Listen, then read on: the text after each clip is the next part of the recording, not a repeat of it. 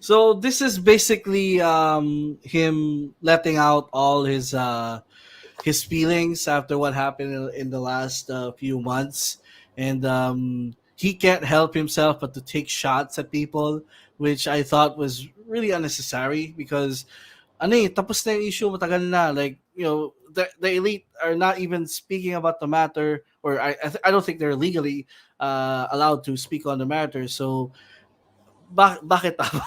Like, this is his chance to, make amends, turn over new leaf, and, you know, be CM Punk again. Pero I don't know. Like, I was excited when he came back. Then when I saw the promo, I was like, okay. Yeah.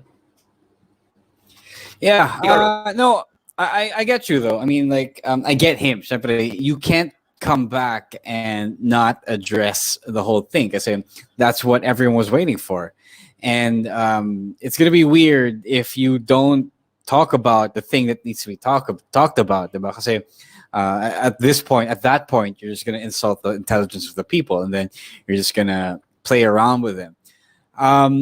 The reason why this is in the caption is because of a take that I had um, uh, when I was watching Punk's promo, and I noticed that everyone, especially Chicago, was hanging on every word that Punk says. A lot of people, despite the unmitigated PR disaster that was the all out press conference, the media scrum, diba?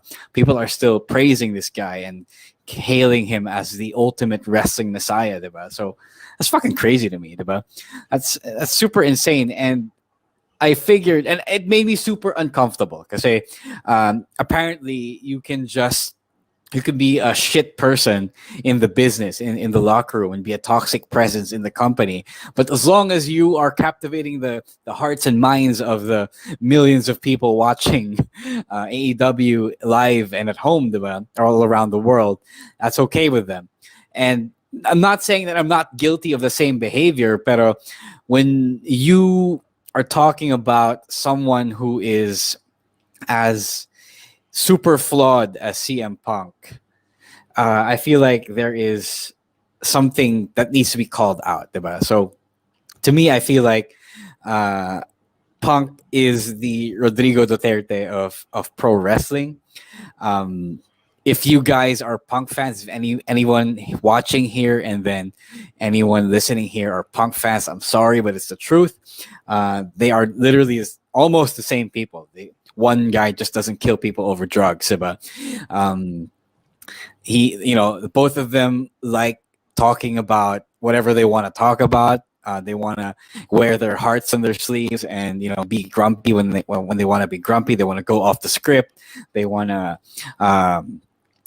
meander about what they want to say. They want to be brutally honest, and then they also don't want to change themselves for to get the praise of the general population and society. So that's literally Duterte, and that's literally why people voted him into power. That's literally why you Punk fans listening to this or watching this like him so much, because he is unapologetically himself. And personally, I never liked the idea of being unapologetically yourself, because, like it or not, we have to face the fact that there are some parts of ourselves, even myself, that we have to be apologetic for. I say that's not how society works. You can't be unapologetically yourself and be, a like member of society, and you can't be a functioning member of society if if you don't conform to its rules. But anyway, that's me being philosophical now. But that's why this whole thing makes me uncomfortable. I used to like Punk. I used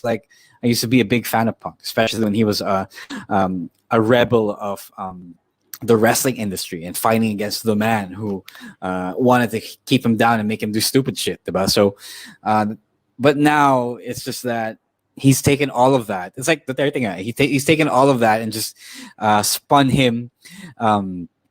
it into his own personal venting and and therapy session. It's like everything to him is just him letting out his frustrations, and that's fine. It's healthy, but also there is a point where it's also counterproductive and toxic. So naman, I'm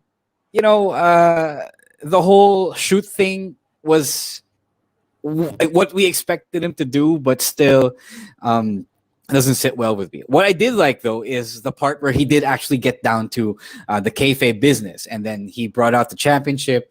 He said he technically didn't lose the championship, so he's still kind of champion, and somebody has to beat him for it. Whatever he really wants to mean by that, but at least that was a story that I could appreciate. I say finally it's it doesn't have anything to do with the backstage shit, the elite, whatever his feelings about Hangman Page are about. At least he corrected that track in that same promo, and we didn't have to wait for the next week or Dynamite this week for him to reinsert himself into the actual AEW kayfabe story.